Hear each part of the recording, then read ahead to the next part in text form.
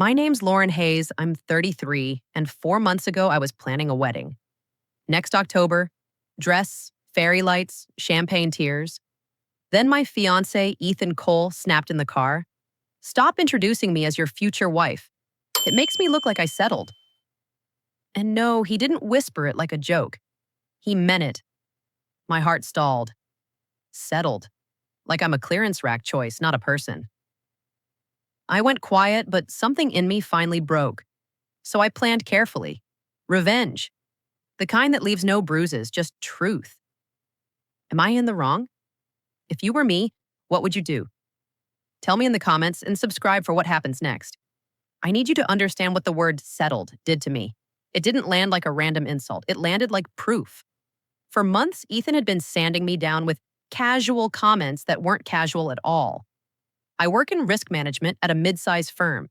It's stable, it pays well, and I like my balance. To Ethan, corporate lawyer, always performing competence, that started sounding like I'd admitted defeat. It began as drive-by lines. "You've been in that role a while, huh?" he'd say, scrolling like he was reading the weather. Or, "Don't you want to aim higher?" Then he'd toss comparisons like trivia. My friend Tyler just made partner at 35. His wife's already a VP. Power couple. He'd smile after, like I should thank him for the hint. If you've ever been with someone who keeps helpfully pointing at the version of you they'd prefer, you know the slow damage. You start editing yourself mid-sentence. You start defending the life you actually like. You start wondering if calm is code for not impressive. 3 weeks before everything blew up, we went to his friend Brianna's engagement party. Rooftop, flower wall, everyone discussing equity packages like it's normal.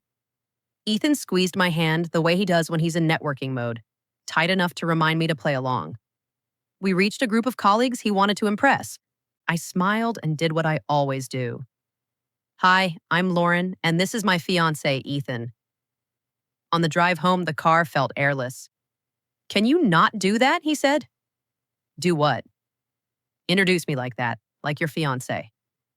I blinked. "We are engaged." He tightened his grip on the wheel. "It sounds weird, like you're announcing it." "So I'm supposed to pretend you're not?" I asked. He sighed. "You don't have to lead with it." Then he said, "It feels like you're trying to claim something." Claim something, like he was a prize and I was being tacky by saying what was true. I told myself he was tired. Too much champagne, too much peacocking. I swallowed it because swallowing things had become my specialty. And then came dinner with his law school friends. White tablecloth, dim lighting, wine appearing before you even blink. Someone asked how we met, and I told the seminar story. People laughed. It felt normal. When someone asked how long we'd been together, I smiled. 3 years, I said, and added, "And this is my future husband. We're getting married next October." Half a second of polite, "Oh." "Congratulations." Conversation moved on. Ethan's face didn't. It tightened like I'd embarrassed him. He stayed pleasant through dinner, laughing on cue, telling a story about a case, refilling my water. Like he was saving the real reaction for private. The second we got in the car, he shut the door too hard and said, flat and controlled, "I asked you not to do that." My stomach dropped. "Introduce you as my future husband?" He stared straight ahead and said it. "It makes me look like I settled." My whole body went cold. Not anger, cold, because suddenly the pattern made sense. It wasn't etiquette, it was image. It was him hearing future husband and thinking, people will judge me for choosing her. And if the person you're supposed to marry is embarrassed by you, what do you do next?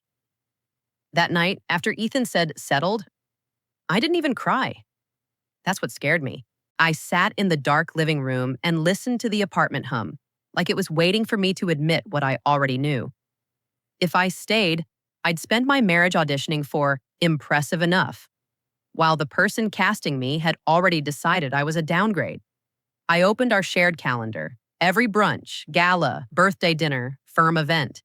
My name was there as his +1, his accessory. I started deleting myself. Then I emailed the hosts I actually knew. "So sorry, I won't be able to attend. Hope it's wonderful." No explanations, just absence.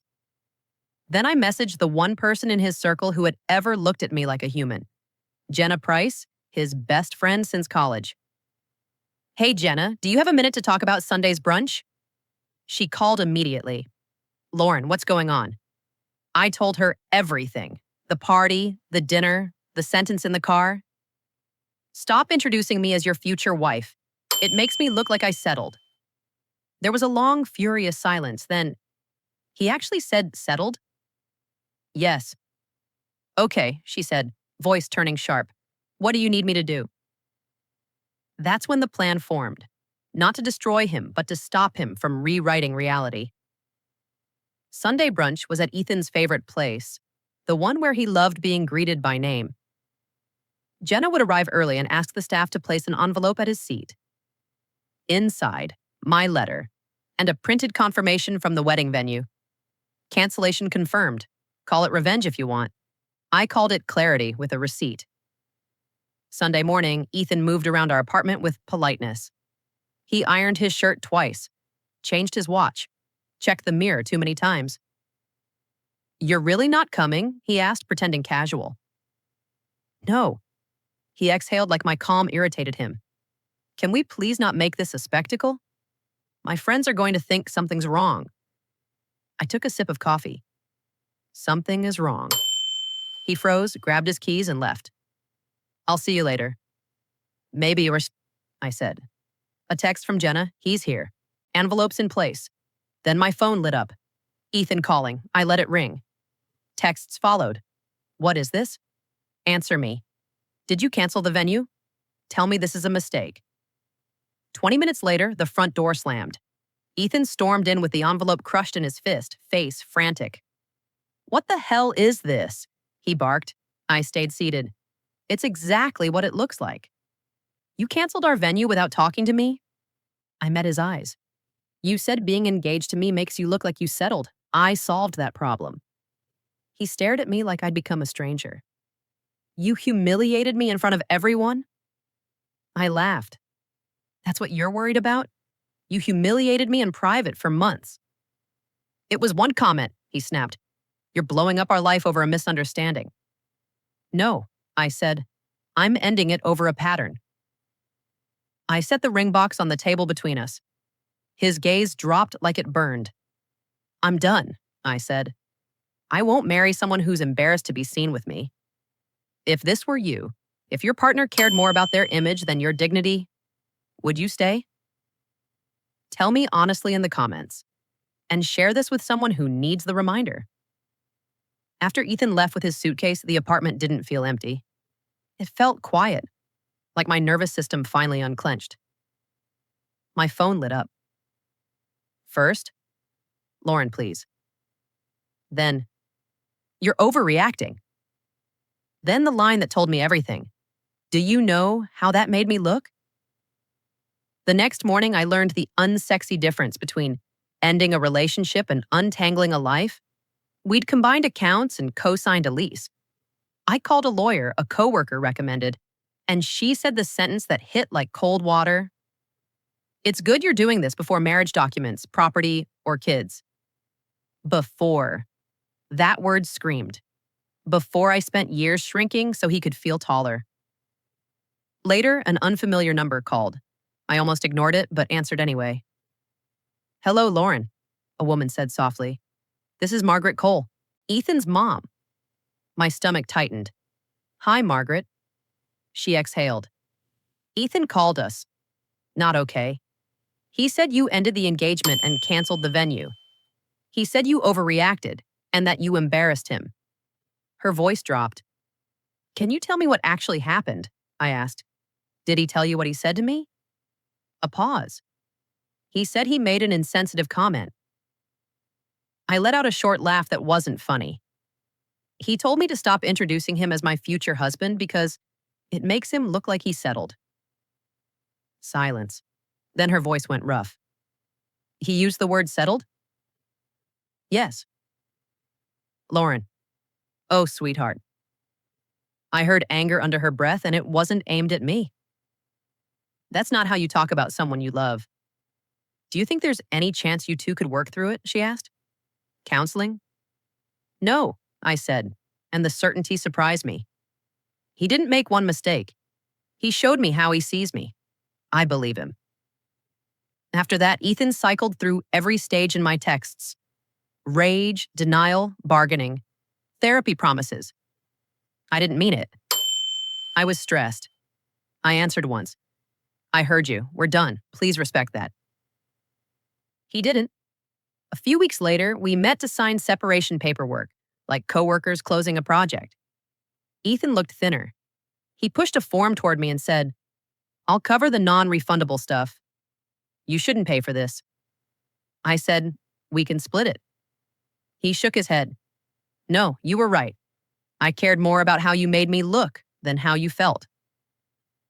For a second, I felt the ghost of the man I loved. But remorse isn't a time machine. It doesn't erase the moment he ranked me against his friends' wives like a spreadsheet. Then a handwritten letter arrived.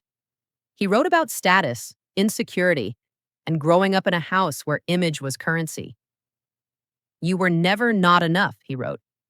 I made you carry my fear. I read it, folded it, and put it away. And put it. It didn't change the headline. I wasn't going back.